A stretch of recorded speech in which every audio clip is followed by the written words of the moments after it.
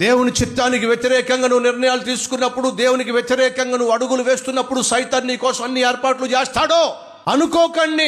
నేను దేవునికి వ్యతిరేకంగా చేస్తున్నా, అన్యాయంగా చేస్తున్నా, అన్యాయంగా జీవిస్తున్నా, అవినీతిగా సంపాదిస్తున్నా, అక్రమముగా జీవిస్తున్నా, నాకు ఆరోగ్యం బాగానే ఉంటుంది, జీతం ఎక్కడ ఆగిపోవటం లేదు, లాభాలు ఎక్కడ తరిగిపోవటం లేదు, మా ఆవిడ కూడా అనుమానించటం లేదు, ఎంత అన్యాయంగా జీవిస్తున్నా ఎవడు పట్టుకోవటం లేదు, అంతా నాకు కలిసి వస్తుంది అనుకుంటున్నావేమో. జాగ్రత్త, కాసేపు మాత్రమే నీకు కలిసి వచ్చే కాలం.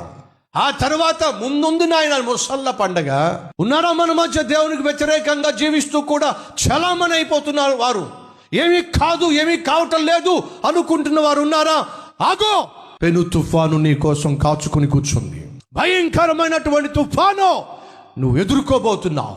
యోనా అనుకున్నాడు అంతా నాకు కలిసి వస్తుంది అనుకున్నాడు, ఓడలోకి వెళ్ళిపోయాడు, చక్కగా భర్త దొరికింది, పడుకున్నాడు, ప్రశాంతంగా ఓడ వెళుతుంది.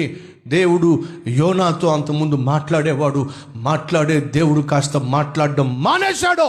తను చేతులతో మాట్లాడడం మొదలు పెట్టాడు, తన క్రియలతో మాట్లాడడం మొదలు పెట్టాడు. నా మాట వినకుండా నాకు వ్యతిరేకంగా యోనా వెళ్తున్నాడు, చూస్తా ఎంత దూరం వెళ్తాడో, చేస్తా నేను చేయాల్సినటువంటి శాస్త్రి ఏమిటో.